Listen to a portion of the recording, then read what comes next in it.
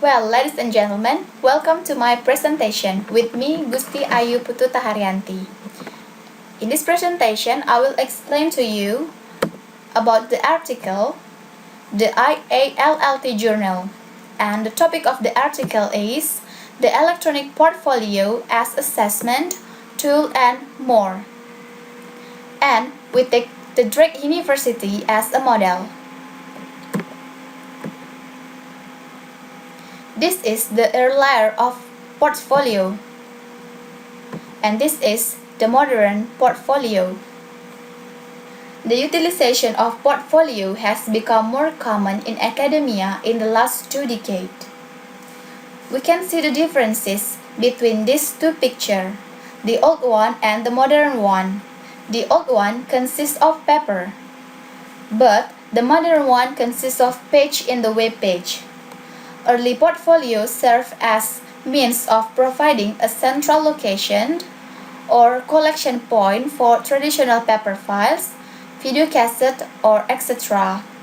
The second picture identified in academia portfolio, which is a collection of artifacts completed and compiled in an academic portfolio. It has similarly artifacts but include a multimedia environment with organized links to allow the examiner to move quickly among chosen artifacts. Well, the content of my presentation is, first, the pedagogical and logistical issue related to e-portfolio. The advent of Web 2.0 technologies has affected the pedagogy of language teachers worldwide. The availability of blog, wikis, podcasts, Twitter, Facebook has allowed teachers to become content creators, freeing them, if they so choose, from the static nature of textbooks. And from the logistical aspect, electronic portfolio is an online and offers several advantages. First, the content is available everywhere, which is connected to the internet. The teacher doesn't need to attend to the classroom. They can access their student work at home or everywhere. Second, the content can be accessed anytime. The second topic of the content is the advantages for student skill development. The advantages for student skill development based on the article, the students are able to demonstrate interpersonal speaking skill by using online tools.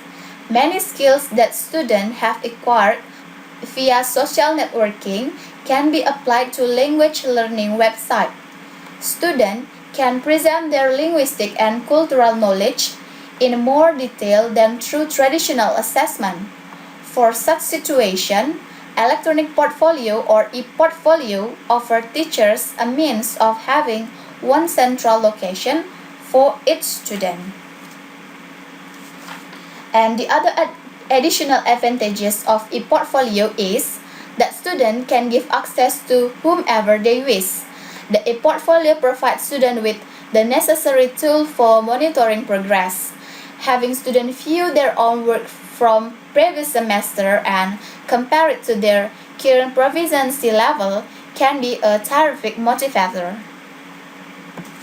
And the last topic of my content is the problem of making a e-portfolio. There are several issues that need to consider before making a choice regarding which tool to use. They need to ensure that the site allows the creation of projects in the language they are studying. For example, some Web 2.0 tools were designed for European language only. Students need to determine if they need account to use the site. The Drake faculty recommend that students to create an email account that they use only for registering for this site. To determine this, the student might consult with their local instructional technologies. And now, I would like to compare the traditional assessment and the e-portfolio assessment. From the traditional one, give the measure students' ability at one time, but in portfolio, it measures students' ability over time. In traditional assessment, done by teacher alone, and student often unaware of the criteria. But in portfolio, done by teacher and the student are aware of the criteria. And the traditional one, conducted outside instruction, but from portfolio, it's embedded in instruction. In traditional, assign student grade, but in portfolio, it involves student in own assessment. In traditional, it doesn't capture the rank of students' language ability, but in portfolio, it captures many facets of language learning performance. In traditional, it doesn't include the teacher's knowledge of student as a learner, but in its portfolio, allows for expression of teacher's knowledge of the student as a learner.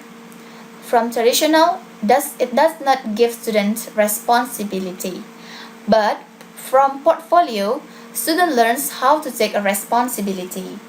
Well, after all of the explanation that I gave to you, we can conclude something about a portfolio.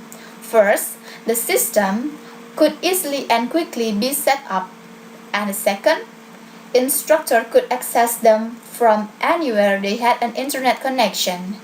Each student his or her own blog and is in control of all addition or modification to it. Well guys, that's all about my presentation. Thanks for your attention.